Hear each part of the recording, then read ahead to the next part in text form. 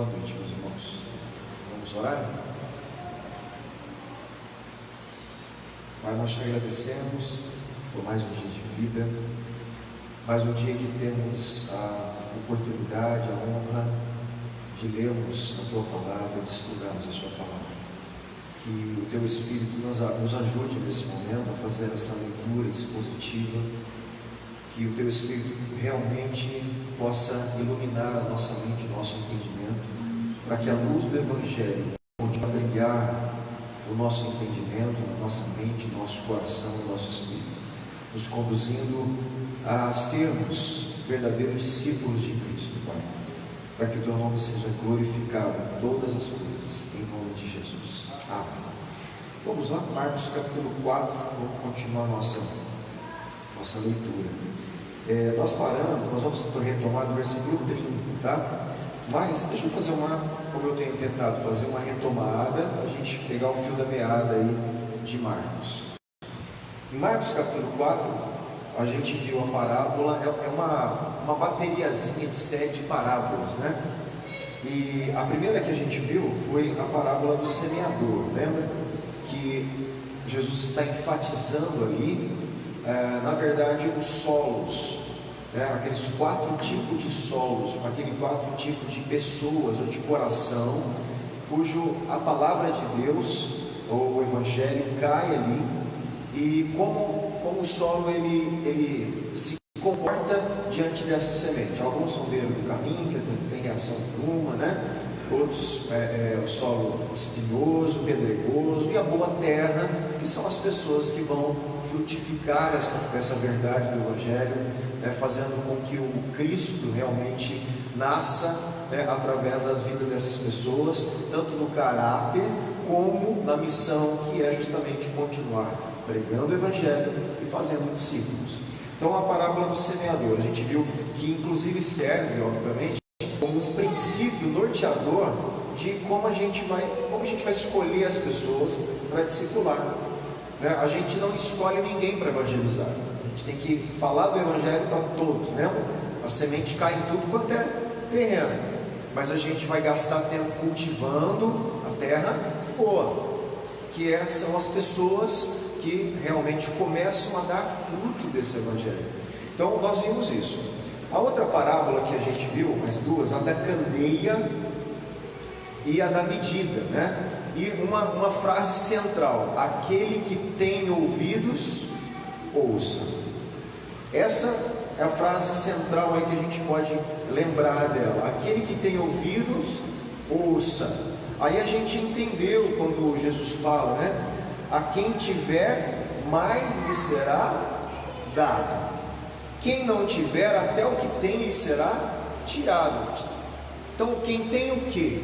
Quem tem ouvidos para ouvir, mais lhe será dado. Quem não tem ouvidos para ouvir, até o que tem lhe será tirado.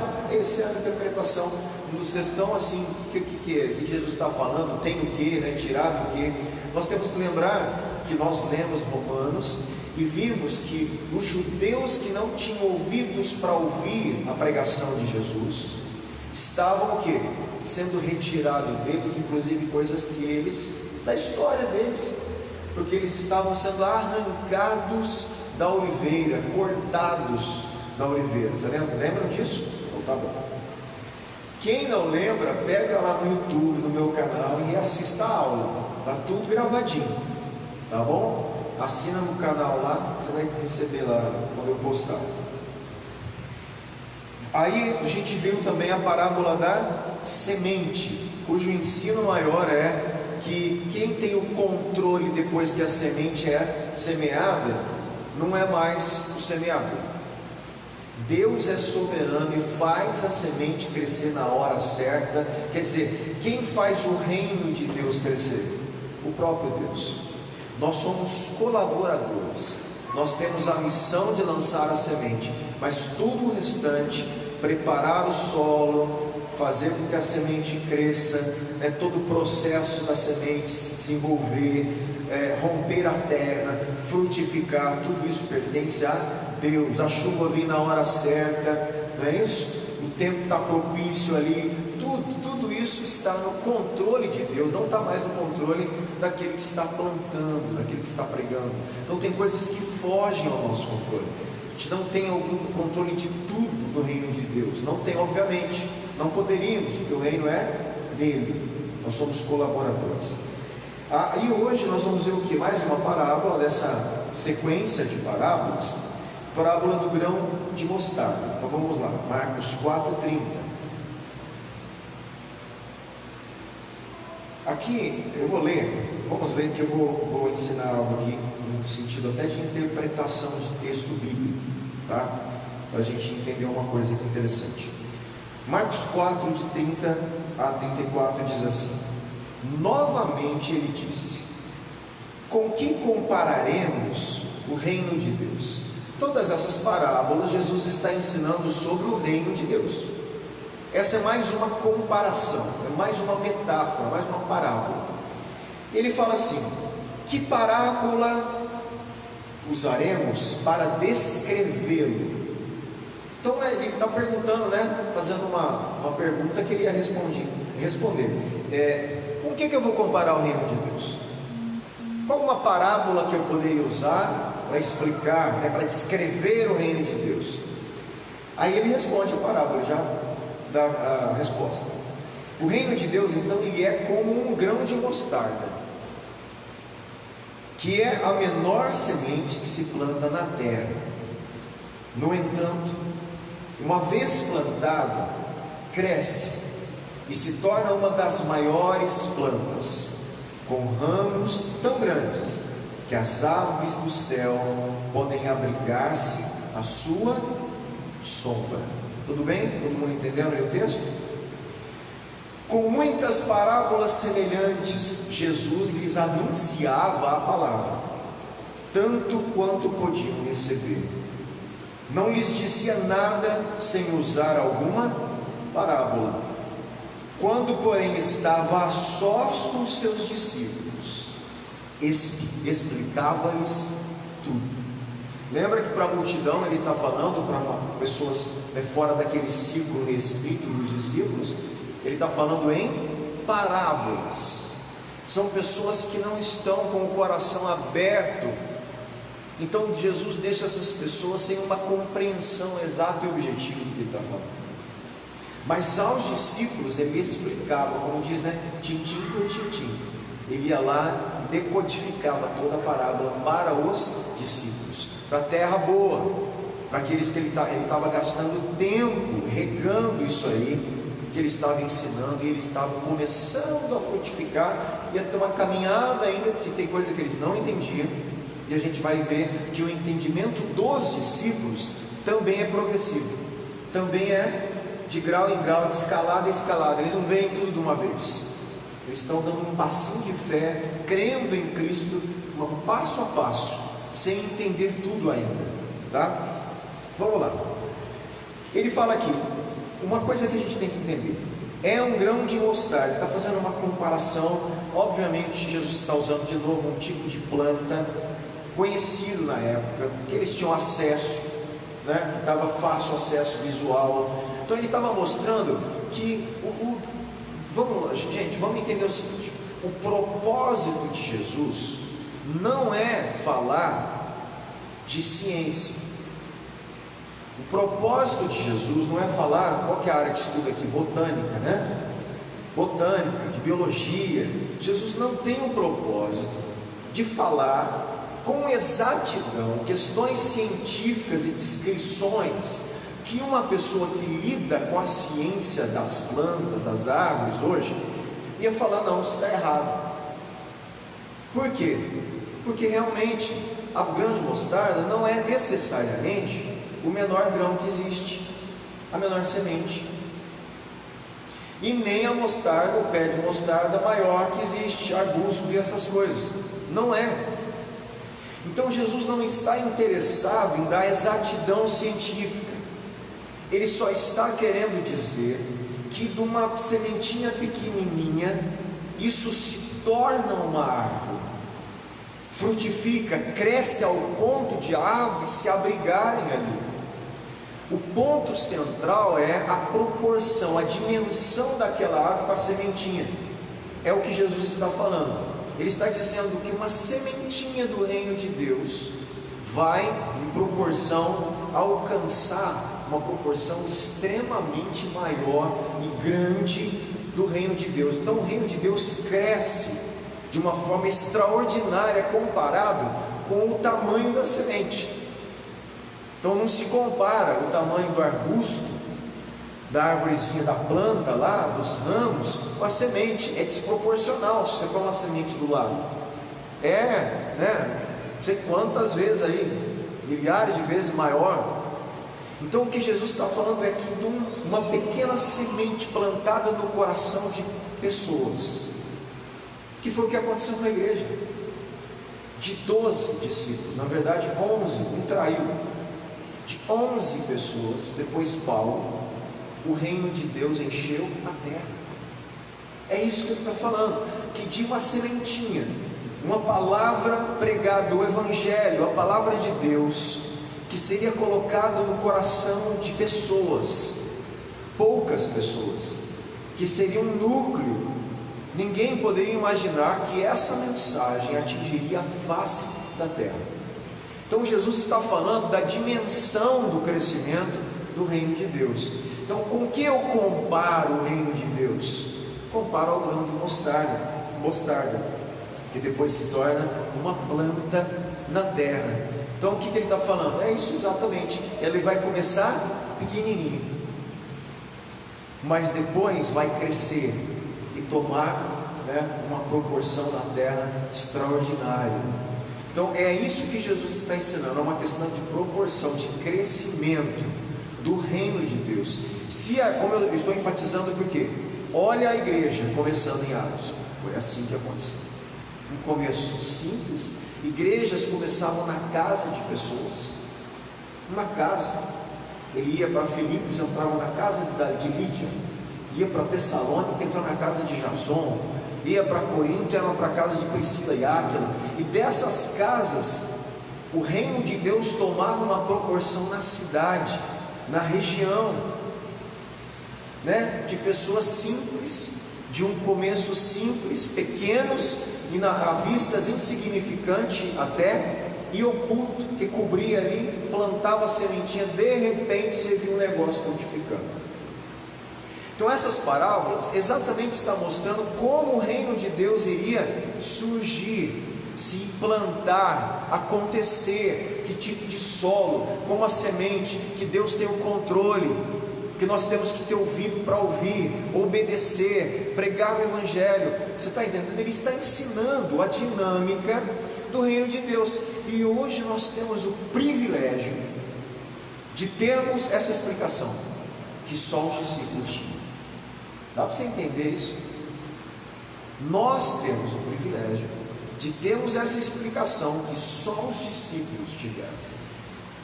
É um privilégio de entender o reino, é um privilégio de entender os mistérios que estão sendo revelados, e Marcos está fazendo a gente vislumbrar esses mistérios sendo revelados aí.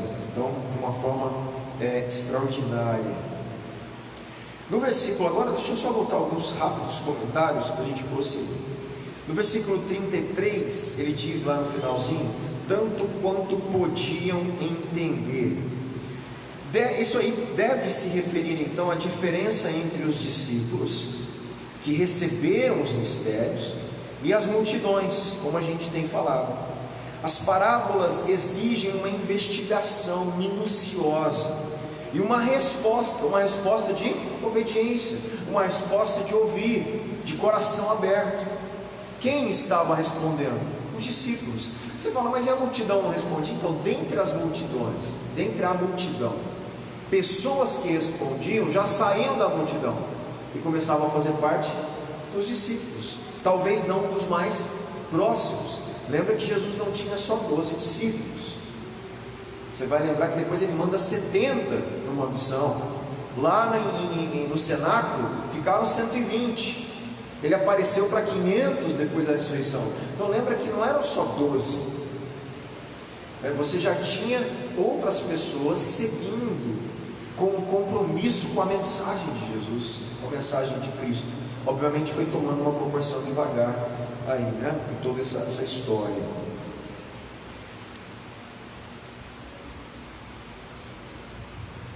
Os discípulos ainda têm dificuldade para entender seu sentido. Os discípulos também não entendem as parábolas. Várias parábolas a gente vai ver, eles também não compreendem.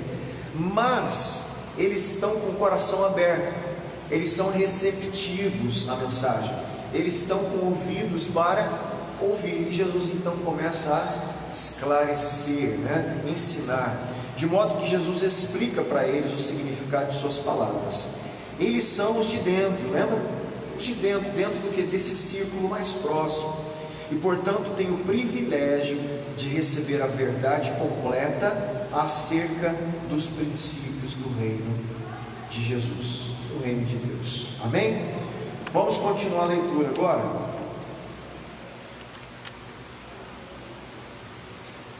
Aqui na continuidade, sai dessa bateria de parábolas e entra novamente, Marcos novamente retoma aqui uma narrativa da autoridade de Jesus sobre a natureza e sobre os poderes, né, cósmicos aí. Jesus revela que é Senhor das tempestades, a gente vai ver isso, inteiramente soberano sobre as forças da natureza e sobre o mundo cósmico das trevas. Então Jesus começa como já tem feito, e Marcos relata mais um feito de Jesus. Ele tem agora poder não só sobre os espíritos imundos, ele tem poder não só sobre as enfermidades, ele tem poder agora sobre a natureza, sobre o vento, sobre a tempestade. Ele dá ordem e a natureza tem que obedecer. Está entendendo? Quando isso acontece, o que Marcos está querendo produzir nos leitores? E obviamente mostrar que isso estava produzindo nas pessoas que estavam vendo. A pergunta era: quem é esse? Lembra que Marcos está esclarecendo quem Jesus é, a identidade de Jesus.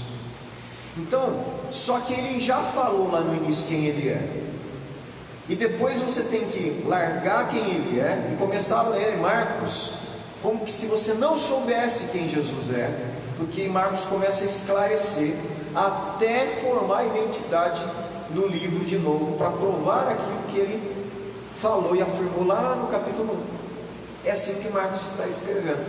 Mas eu já sei quem Jesus é, mas os discípulos não sabiam exatamente, a multidão não sabia, pairava uma luzinha, de repente tinha dúvidas, até eles saberem. E uma das coisas importantíssimas é o poder de Jesus sobre a natureza, porque quem tinha poder sobre a natureza? Quem podia dar ordem às coisas da natureza e aquilo obedecia? A pergunta é: como é isso? Quem é esse? Então esse relato vai acentuar e vai fazer com que essa pergunta cresça no coração de quem está lendo, né, e das pessoas. Então vamos lá. Lembra que Jesus foi declarado desde atrás Senhor do sábado, lembra? Agora ele não é mais só Senhor do sábado, ele é Senhor da natureza. Ele é dono do sábado. Senhor quer dizer aquele que governa, aquele que é dono, que tem autoridade sobre, suprema. Você é Senhor, tá? Se você fala que Jesus é o teu Senhor, Ele é quem governa, quem tem autoridade suprema sobre a sua vida, não você mais. O que importa é a vontade dEle, não a sua. O que importa é a missão dEle, não a nossa. Isso é ter Jesus como Senhor. Então Jesus, Ele é Senhor não só do sábado, Ele é Senhor da natureza. Ele tem autoridade suprema sobre a natureza, sobre as leis da natureza. Vamos ler, versículo 4, 35 até o 41.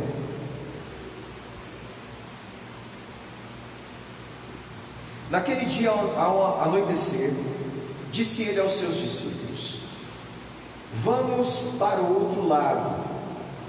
Deixando a multidão, eles o levaram do barco. Deixa eu só ver aqui.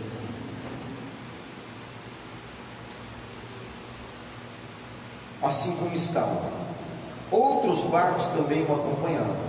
Levantou-se um forte vendaval, e as ondas se lançavam sobre o barco, de forma que este ia se enchendo de água.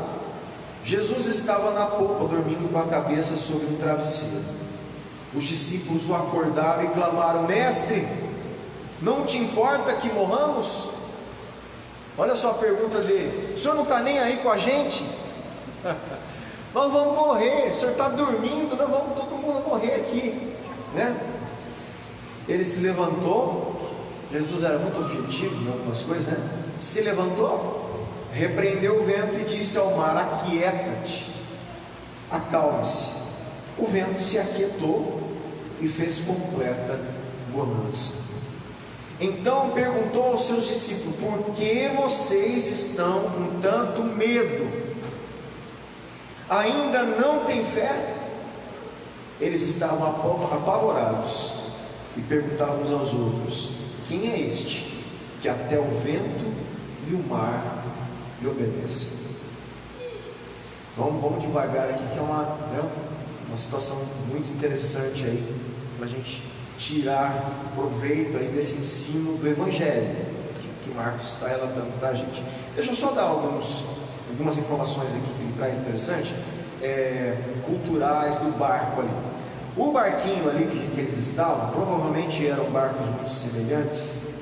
Ele media ali entre, não sei se você tem na tua cabeça a metragem, alguém trabalha com construção vai ser mais fácil, mas ele tem mais ou menos 8 metros de comprimento. 8 passos teu largo, mais ou menos, tá? 8 passos grande ali, 8 metros de comprimento, 2,3 metros ali, 2,3 metros de largura, então mais 3 passos, né? 2,3, 2,5 passos para o lado, e mais 1,4 metro de profundidade. Então 1 metro, sei lá, né? 1,5 metro quase aí de profundidade o barco, que era um barco típico dessa região que se usava. Esse barco cabia mais ou menos, ele coloca aqui, de 12 a 15 pessoas. Então era um barco pequeno, né? Um barco da região mesmo, da onde eles estavam ali. Agora, olha outra coisa interessante ali que acontece, de questão para você visualizar ali o lugar onde eles estavam, no lago. Esse lago ele era cercado de montanhas, colinas, tá? Então todo o lago, quem conhece a região, infelizmente ainda não tive a oportunidade de ir para Israel, né? Para poder visualizar isso, né? Mas a gente vê fotos e tudo, tem pessoas que acabam indo e trazendo esse lugar, essa visão de coisas que a gente acaba lendo e não consegue entender como que é. Então o lago ali, e você olha dos lados, tem o que? Montanhas, colinas, ele fica num vale ali embaixo, né? Altas montanhas cercam o lado, e com frequência elas afunilam o vento sobre a água, criando ondas de 2 a 3 metros de altura. Então, devido à forma como há uma estruturação das montanhas e o vento de onde vem, há um afunilar do vento, e esse vento entra naquele lago e consegue mexê-lo, né? Criar uma tempestade ali, para que essa onda chegue então a uma dimensão alta. Num barquinho assim, a água começa a entrar dentro do barco com essa profundidade, e realmente eles podem então afundar ali. Então era uma situação para eles de temerosa, né? Para eles ali. Aí ele dá mais informação aqui, ó. Uma vez que essa região se encontra cerca de 215 metros abaixo do nível do mar, costuma-se ter ventos fortes. Como o lago é profundo, o vento agita uma grande quantidade de água.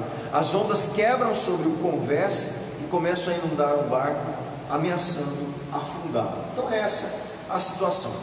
Então imagine você, umas ondas aí de 3 metros, né, 2,5 metros de altura, que é mais ou menos o que ele coloca ali, a água entrando no barco e você dormindo tranquilamente, que era o que Jesus estava fazendo, cochilando, um sono tranquilo, no meio da tempestade, simples assim. E Os discípulos se incomodam com isso.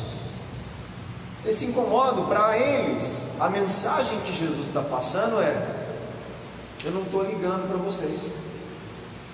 O senhor não se preocupa, né, com a gente, nós vamos morrer aqui, né? O que eles falaram exatamente aqui? Mestre, não te importa que morramos? O senhor não liga para a gente? O senhor não está vendo a situação? Acordaram Jesus, né, para perguntar para ele se ele não estava preocupado que eles iam morrer, vai perder a vida dos seus discípulos. Gente, você vê aqui, imagina a cabeça de Jesus, depois desses discípulos verem o tanto de milagre que ele já tinha feito, multiplicando pães, curando enfermos, paralítico, demônios se submetendo, e eles não creem ainda, eles não conhecem quem está no barco com eles. Você está me entendendo? Eles não entenderam quem é essa pessoa que ainda está no barco, quem é esse mestre que eles estão chamando. Eles não entenderam a identidade dele ainda. Por isso que Jesus fala: ainda não tem fé. Que fé que Jesus está querendo? Fé nele, não é qualquer tipo de fé. Toda fé na Bíblia tem um objeto de fé. Eu ponho a fé em quem? Quando Jesus fala, a tua fé te salvou, fé em quem? Que na pessoa colocou nele. Essa fé que você teve em mim te salvou. Vocês ainda não têm fé. Quer dizer, o que Jesus está falando? Depois de tudo que aconteceu, tudo que vocês estão caminhando comigo, vocês ainda não têm fé. Vocês não creem em mim. Vocês não entenderam, não têm fé, estão com medo do quê?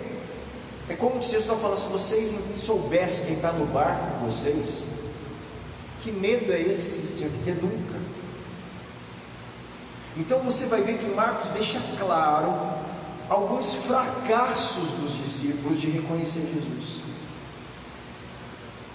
Eles ainda não entenderam, eles precisam da revelação de quem Jesus é também. E os olhos dos discípulos vão se abrindo aos poucos. Talvez aconteça isso com a gente. Nós ainda não compreendemos totalmente quem Jesus é. Por isso nos preocupamos tanto com essa vida, né? Por isso nos preocupamos tanto com o dia de amanhã. Não sabemos. E ainda falamos: Jesus, o senhor está vendo a bagunça da minha vida abonando, né? A tempestade, igual os discípulos. O senhor não se importa comigo? E se os discípulos soubessem, eles iam dormir com Jesus, né? No meio da tempestade. Porque mesmo que a tempestade continuasse, não ia acontecer nada com eles. Mesmo que as tempestades continuem, não vai acontecer nada, porque Jesus está no barco, não é isso? Essa é a grande questão. E eu sei quem Ele é, eu creio em quem Ele é. Os discípulos não entenderam ainda quem Ele é. Por isso, tamanha dificuldade e medo que acometeu, que veio sobre os discípulos aí. É interessante que isso talvez remete, a gente ler, quem sabe, né? Remete um pouco à história de Jonas, né? Jonas também estava dormindo, não estava?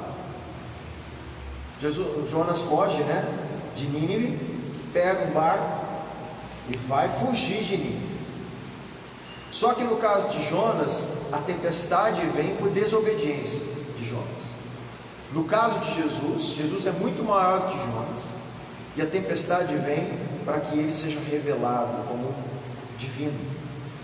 O propósito é o contrário. Mas lembra do barco, do mesmo jeito, e Jonas estava dormindo. Por que ele estava dormindo? Porque ele também já entendia que quem estava no controle do negócio era Deus. Até que ele falou: sabe por que ele está aqui? Joga eu para o mar, que a culpa é minha. Se vocês não se desfizerem de mim, o barco vai afundar. É Deus que está fazendo isso aqui. Estou fugindo dele. Não vai deixar o barco para frente. Então lá com Jonas é diferente, mas remete a um barco também. E aqui Jesus também no barco, dormindo, mas ao contrário.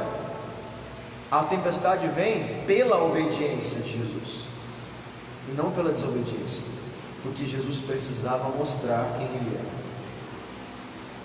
Ele estava dormindo, confiante em quem Ele era, no Pai dele, sem problema nenhum.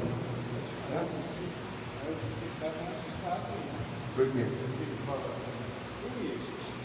Então, aqui que esse quem é este é justamente como que pode um homem, quem pode, na verdade, ter autoridade sobre o vento e sobre o mar? Quem é esse que tem esse tipo de autoridade? Porque é uma surpresa para eles. Espera aí, Jesus então não é só um profeta, ele não é só um fazedor de milagres, ele é alguém que está tendo autoridade sobre a criação, sobre a natureza. E no Antigo Testamento, quem tem autoridade sobre a natureza? Só Deus, ninguém mais. Isso assusta. Por quê? Porque começa a mostrar que Jesus é Deus, começa a mostrar que Ele tem a mesma autoridade única que só Deus tem sobre a natureza. Você quer ver? Vamos ler alguns salmos para você ver isso. Abre lá em Salmo 65. Olha que os salmos, eles mostram essa característica divina, né? Envolvendo a criação, a natureza. Vamos ler. Salmo capítulo 65. Vou deixar todo mundo abrir para a gente ler junto. 4 salmos aqui.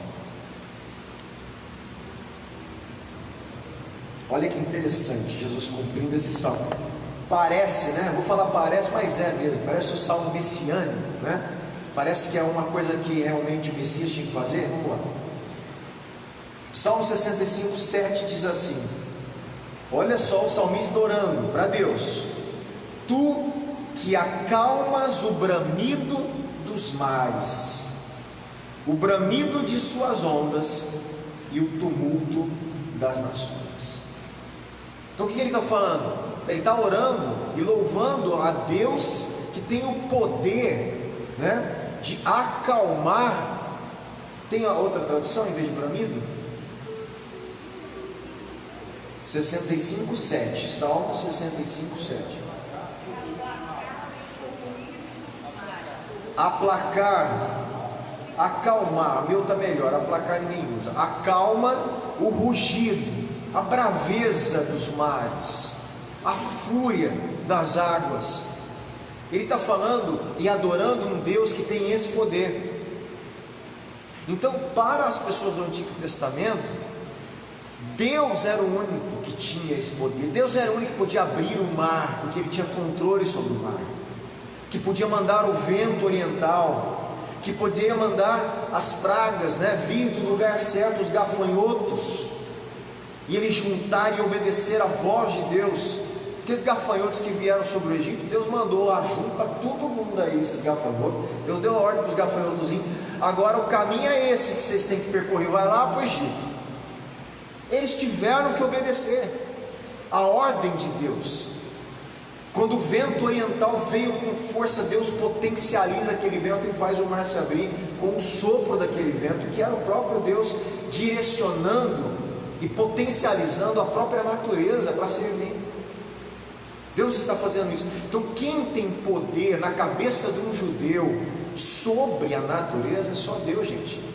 Aí de repente vem Jesus fazendo isso, que o Salmo fala, que Deus fala. Ele fala o quê? Aquieta-te, o vento, para a tempestade, acalma-se. E o vento, onda, acabou. É imediato a ordem, imediata a obediência da natureza. A pergunta surpresa é essa: quem é este? Porque imediatamente fala: peraí, ele tem um poder divino, ele está fazendo só o que Deus pode fazer.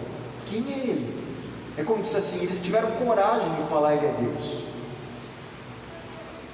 Eles não tiveram coragem. Só Deus.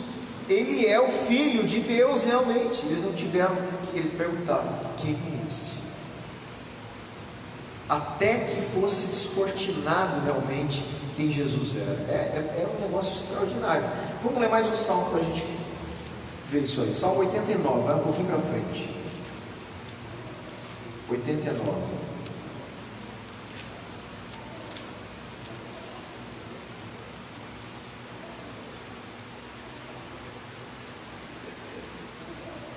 versículo 9. De novo aí ele orando, né? O salmista, ele diz assim para Deus: tu dominas o revolto mar, quando se agigantam as suas ondas, tu as acalmas. Você percebe que ele está usando o mesmo termo de que Jesus fez. Ele está falando para Deus o que? O Senhor é aquele, né, que quando se agiganta as ondas, o Senhor pode acalmar, elas têm que te obedecer. Deus é esse que pode fazer isso. Mas quem está fazendo lá? Jesus. Qual que é a conclusão que nós temos que chegar? Jesus é Filho de Deus. É isso que Marcos está querendo mostrar. Ele é o Filho de Deus. Ele tem o mesmo poder divino para acalmar os mares, para dar ordem para a natureza.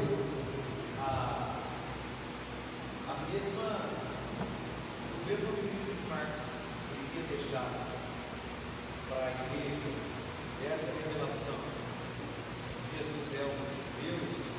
Jesus também queria deixar os discípulos que eram de Deus através dos salmos, e Jesus também tinha noção do que ele estava falando. Com certeza. Eram os salmos.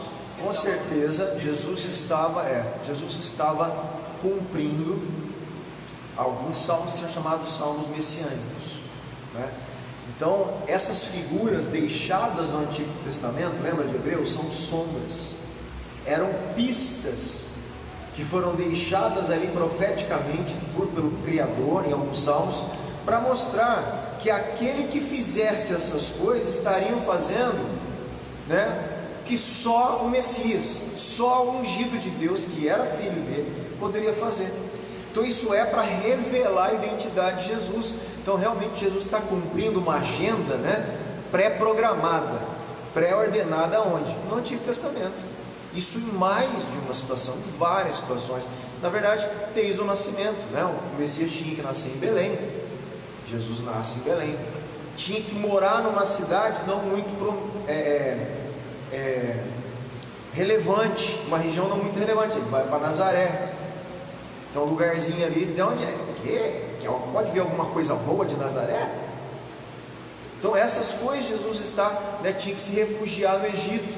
Jesus foi refugiado, né? É um tipo de Moisés que foi perseguido por Herodes quando nasceu, matando as criancinhas, do jeito que Faraó quis matar Moisés até os 2 anos de idade.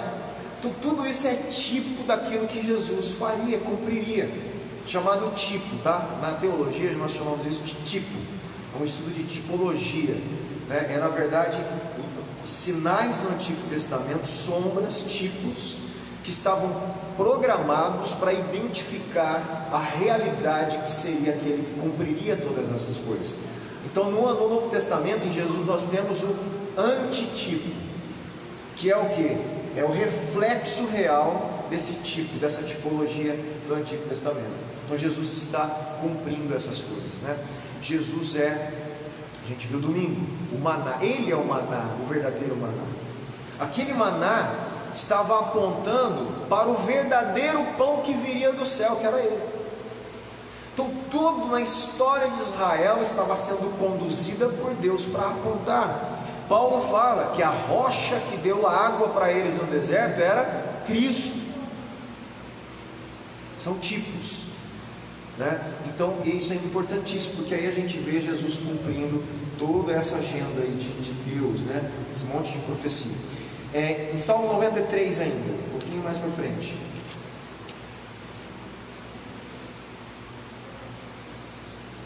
Olha só, você vê quantos, né? Quantos salmos?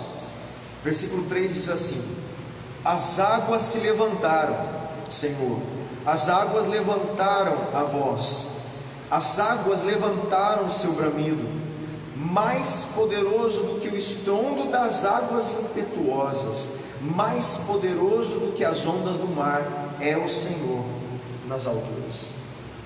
Então as águas estão bravas, estão rugindo, né? Estão estrondosas, mas mais poderosa do que elas é o Senhor. Então são todos salmos mostrando. Então Jesus, essa figura de Jesus é muito forte. Por isso quem é esse? Por isso a pergunta, né, de maravilhar-se quem é. Também não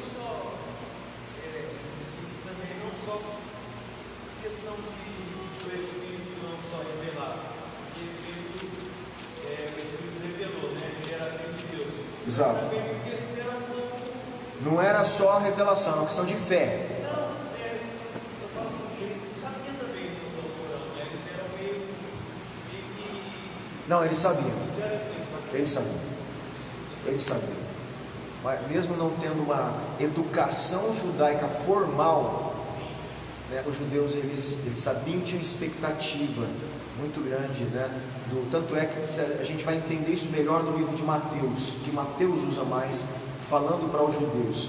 E toda vez que Mateus cita o Antigo Testamento, ele não explica por quê, porque ele está falando com os judeus que sabem o que ele está falando. Então, a maioria dos judeus eles sabiam, né, muitas coisas ali, tá? Agora, revelação é interessante o que você comentou. Pedro recebeu a revelação e mesmo assim não creu o suficiente. Então você vê como é um processo, mesmo de Cristo sendo revelado, da gente responder com fé. Fé à altura, uma fé que realmente vai me colocar, foi aquilo que eu falei domingo, uma fé que eu creio a tal ponto que a minha vida é organizada em torno daquilo. Se eu não organizo a minha vida em torno do que eu creio, essa fé não é uma verdade para mim, é um entendimento intelectual só.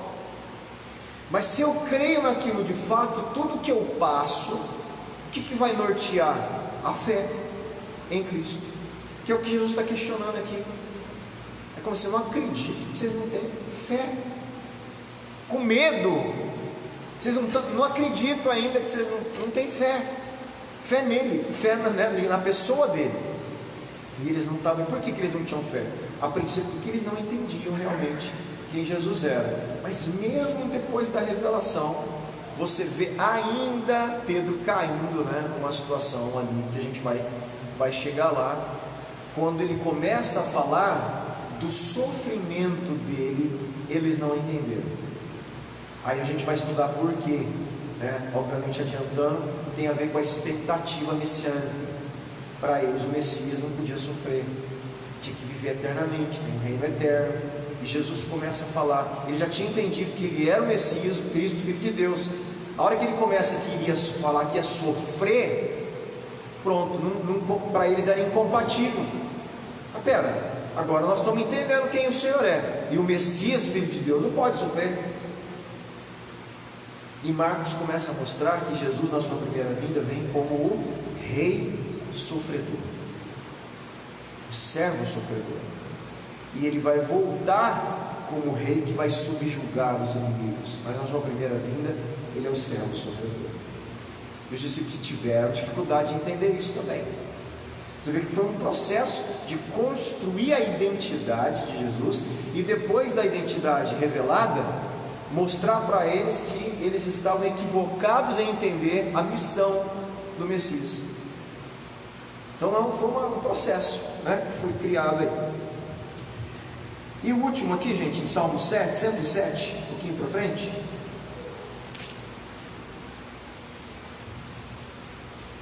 Salmo 107, versículo 28 e 29. Na sua aflição clamaram ao Senhor, e Ele os tirou da tribulação em que se encontravam, reduziu a tempestade a uma brisa e serenou as ondas.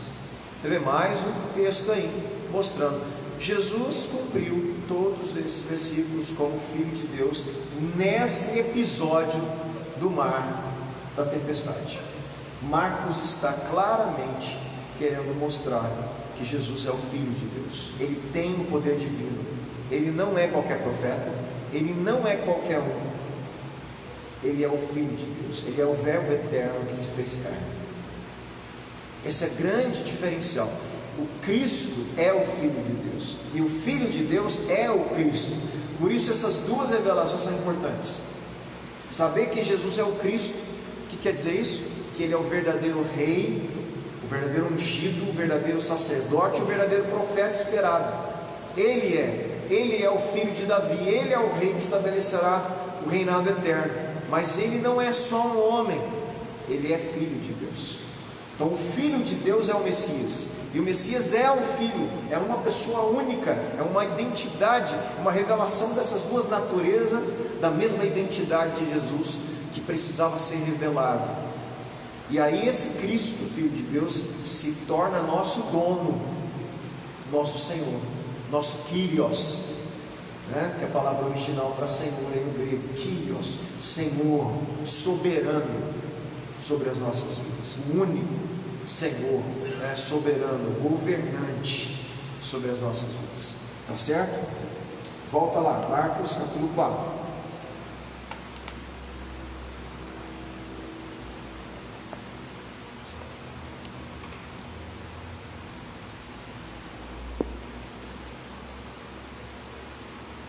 Ok, então só para o desfecho aqui, versículo 41, eles estavam apavorados e perguntavam uns aos outros: quem é este que até o vento e o mar lhe obedecem? Fica com a perguntinha, porque é exatamente isso que está enfatizando, sobre a identidade de Jesus.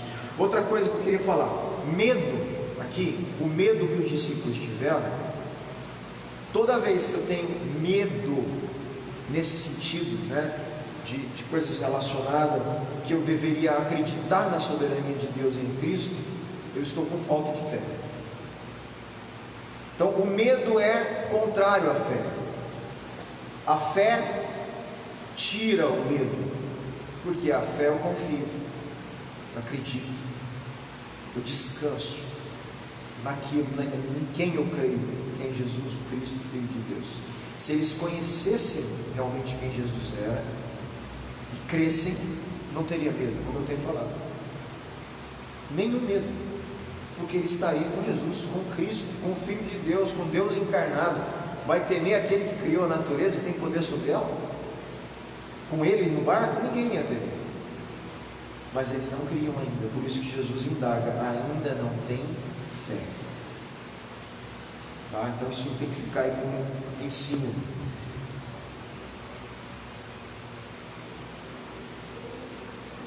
Não sei se eu, por causa do horário aqui, dá para a gente continuar mais um pouquinho?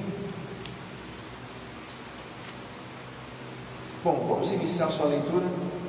Aí a gente, semana que vem, retoma, não tem problema. Versículo 5.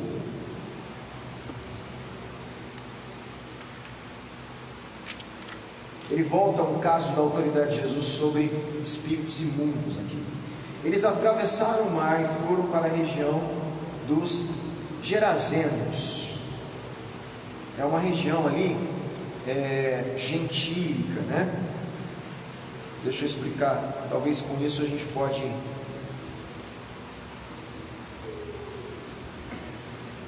terminar aqui. Você tem aqui, ó, no meio, vamos no palmo da minha mão aqui, ó, um lago, tá? Você tem um lago. Olhando de vocês para cá, Jesus está desse lado do lago. Esse lado do lago é uma região da Decápolo, dos Gerazenos aqui, né, outra palavra, que é uma região dos sírios. Já não pertencia mais aos judeus, isso que eu quero falar. Não era mais Israel. Desse lado do lago, a hora que ele pega aqui, o barquinho vai para o lado de cá, já fica a Galileia, onde Jesus morou, em Nazaré, no Cafarnaum, Nazaré, a região da Galileia para o lado de cá, tá bom? Então Jesus vai agora para o lado dos gentios. Isso é interessante, por isso que eu não posso passar correndo esse texto, porque Marcos tem aqui uma ideia de relatar para a gente um acontecimento não mais nas terras judaicas, mas um acontecimento que pode já anunciar e preparar os discípulos para se envolver com o povo não judeu, porque Jesus mostra o seu poder agora sobre um povo que não é judeu, e isso, você lembra que para judeus era um problema muito sério, Eles achavam que eles eram o povo de Deus, que o Espírito só viria para eles, a promessa viria para eles, depois de abençoar os gentios. Tanto é que eles tiveram muita dificuldade para aceitar o ministério de Paulo pregando para os gentios, em Atos, né? Inclusive Pedro teve um momento que teve dificuldade, e Paulo teve que repreender Pedro, o apóstolo Pedro. Por quê? Como assim? Que negócio é esse, batizando gentil? Aí qual que era a resposta de Paulo? O Espírito Santo batizou eles, veio sobre eles. Estão falando em línguas, eu vou negar água para eles? Se o próprio Deus derramou o mesmo Espírito que derramou sobre os judeus, sobre os gentios? Paulo fala, não sou eu que estou fazendo isso, é Deus, né? Vocês vão contra Deus? Porque era muito difícil para os judeus ver Deus estendendo tudo que era prometido para eles, para o povo gentil, um povo que não era povo, um povo que não era considerado povo de Deus. E aqui nós já temos um relato já no Evangelho, numa região dos gentios. Gente, quando eu falo gentil, o que eu estou falando? Qualquer povo. Preste bem atenção, nunca esqueça disso, porque você vai ouvir gentil muitas vezes. Gentil, qualquer nacionalidade, qualquer etnia, qualquer nação, qualquer povo que não seja judeu. Qualquer. Então o povo lá de Filipenses nasceu lá, gentil. O povo que nasceu em Roma, gentil. O povo que nasceu lá em Tessalonicenses, gentil. Entende? Que nasceu ali, que era, não é da região, não era um judeu que nasceu lá, não, era da região, morador lá do império lá, certo? Nasceu lá na região da Galácia, gentil. Da Espanha, gentil.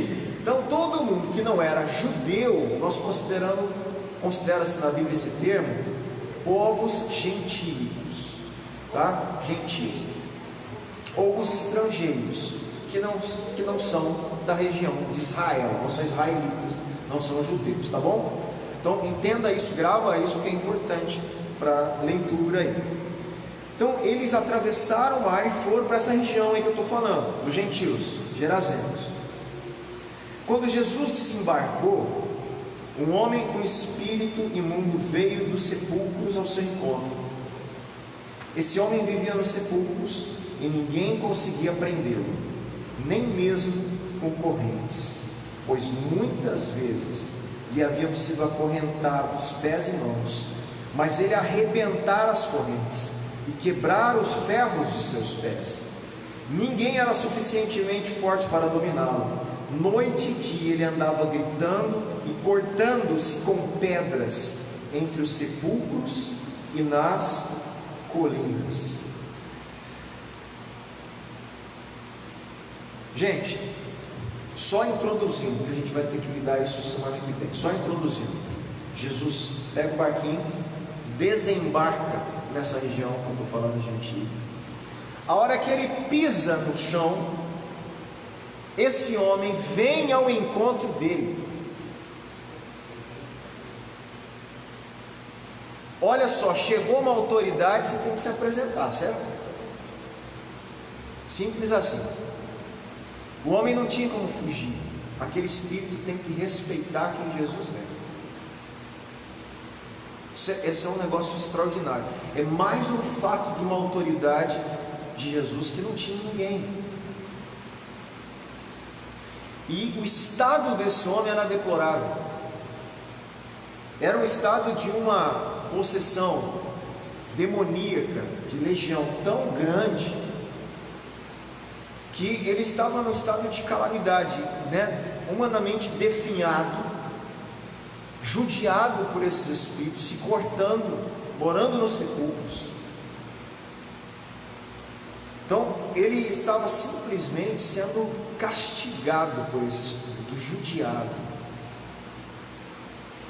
E existia uma força sobre-humana, você vê aqui. Então prendiam às vezes com corrente, conseguiam prendê-los com correntes, e ele arrebentava as correntes. Então era uma dominação sobre esse homem, né, de uma forma ali incisiva, pontual, muito forte. E apesar de tudo isso, quando Jesus toca os pés no solo, esse espírito tem que se apresentar. Ele reconhece Jesus. E depois nós vamos ver, ele faz uma declaração a respeito de Jesus. Por incrível que pareça, Marcos relata algumas declarações de demônios que nem os discípulos tinham entendido. Os demônios identificavam a natureza de Jesus muito rapidamente. Muito rapidamente. Nós vamos ver a semana que vem. Algumas vezes os demônios chamaram Jesus assim: esse é o Santo de Deus. Isso está em Marcos 1,24, se você ler lá. Depois em Marcos 3,11, o Espírito falou: ele é o Filho de Deus. Olha só, o demônio já sabia. Os discípulos estavam querendo entender. E nessa situação, depois de Jesus mostrar o seu poder divino sobre a natureza, o demônio clama: este é o Filho do Deus Altíssimo. Ele acrescenta um termo ainda: ele é Filho de Deus, mostrando que não existe nada além da autoridade desse que está ali na frente dele. Então o próprio demônio tem que reconhecer, e eles não se contêm, porque eles identificam quem ele é. Então Marcos está mostrando que os próprios espíritos estão mostrando, revelando a identidade deste que os discípulos estavam com dificuldade de claramente entender. Mas aí a gente retoma semana que vem, tá bom? A gente começa a ler de novo, com calma.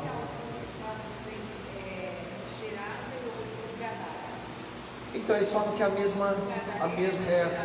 falam que é o mesmo lugar com nomes diferentes. Eu já li sobre isso mais especificamente, mas eu não me lembro certinho.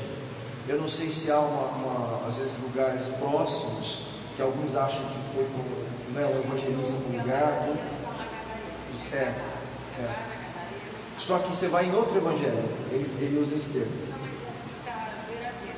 Então, Marcos usa esse termo Gerazeno. Em outro evangelho, Gadareno. Tá? Então é uma questão mesmo de identificação aí, né, do local. É a mesma situação, o mesmo fato, né, provavelmente aí. Se tiver alguma novidade em relação a essa informação, depois eu trago. Tá bom? Gente, estamos assim, né, abertos a conhecer Jesus, né, no Marcos, né? Abertos a deixar o Espírito Santo revelar quem Ele é. E não só isso, mas ajudar a gente a crer nele de fato. Para a gente, na nossa vida, também acreditar em Jesus no meio das nossas tempestades, do sofrimento, das tribulações. Acreditar que mesmo no meio da tempestade, parecendo que Ele está dormindo, né? Que Ele não está fazendo nada, o Senhor vai morrer e deixar a gente. Gente, se a gente acredita em Jesus, a gente sabe que Ele está com a gente. Ele sabe até onde a gente suporta. Ele sabe o que a gente deve passar, o que a gente não deve passar. Ele quer de nós a nossa fé. Ele quer de nós o nosso coração, a nossa inteireza do nosso ser. Que a gente creia nele pelo que ele é, independente se tem tempestades, se não tem tempestades. É isso que nós, discípulos de Jesus, não multidão, discípulos, temos compromisso com ele, precisamos entender. E esse é o chamado do Espírito Santo para você. Ele está chamando você para ser discípulo dele, de Jesus, se comprometer com a mensagem, se comprometer com a revelação que Jesus é o Cristo, o Filho de Deus, e deve ser o nosso Senhor. Amém? Vamos agradecer? Vocês me ajudam a lembrar onde parou? Eu sempre, graças a Deus, eu tenho lembrado, mas pode ser que às vezes eu esqueça. Eu estou expondo essa mesma Marcos em casa também, então às vezes eu posso confundir onde eu parei, né? Pai, nós te agradecemos mais uma vez pela beleza do Evangelho, Senhor, pela beleza da identidade, da natureza de Jesus, que realmente o Teu Espírito abra os nossos olhos para ver quem Jesus é, de fato, e não só ver e entender, mas crer, ter uma fé que produz em nós obediência, uma obediência clara à pessoa de Cristo, pessoal. Ajuda-nos a crer que Jesus realmente é o nosso verdadeiro Rei Rei que destruiu o verdadeiro inimigo nosso, Satanás, que é o verdadeiro sacerdote que perdoou e resolveu o nosso pecado, que é o verdadeiro profeta que veio como palavra encarnada de Deus e que nos reconcilia com Deus, mas que não é somente um ungido, mas é filho teu, filho de Deus, com natureza divina, aquele que estava eternamente, que se fez carne e habitou entre nós, e que hoje é o nosso dono, é o nosso Kyrios, o nosso Senhor, pelo qual devemos viver e agradá-lo, Senhor, com todo o nosso coração, com a nossa vida. Ajuda-nos, Pai, na nossa missão, em nome de Jesus. Amém. Amém? Deus abençoe vocês.